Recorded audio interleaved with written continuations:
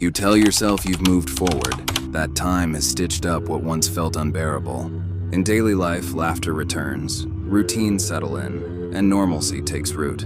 Yet it takes only something small, an old melody, the trace of a perfume, the glimpse of a place, and suddenly you are pulled back, drowning in memories you thought were buried.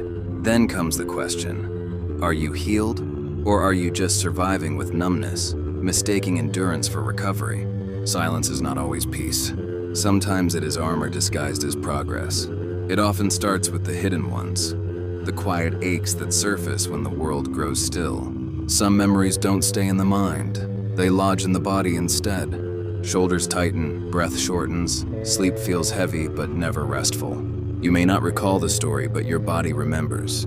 It flinches at names, recoils at tones, aches without reason. This isn't weakness but wisdom, survival etched into the skin. If the body could speak, what truths would it tell about what you've endured?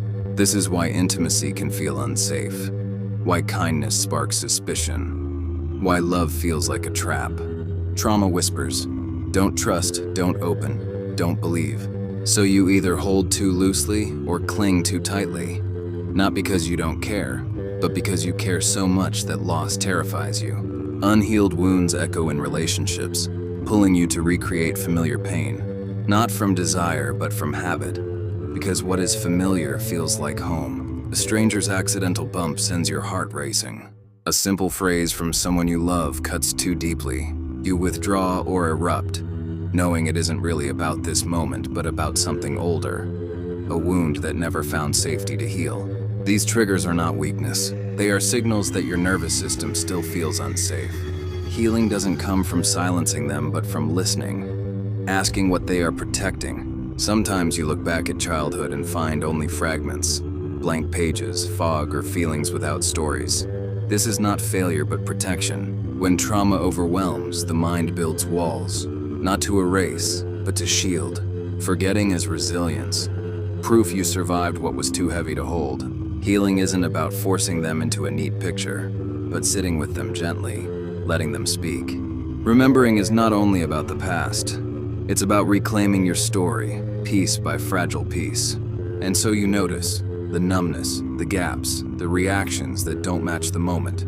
You realize there is more inside you, still unspoken, still waiting. Healing doesn't begin with answers, but with attention, with pausing long enough to admit, yes, this still lives in me. Your first step may not be forgiveness or release.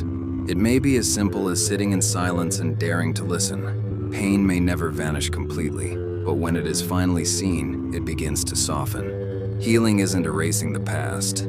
It's learning to walk beside it until it no longer chains you. Some wounds never close, but they stop bleeding when you stop hiding them. And if all you managed today was to notice, then you have healed more than you realize.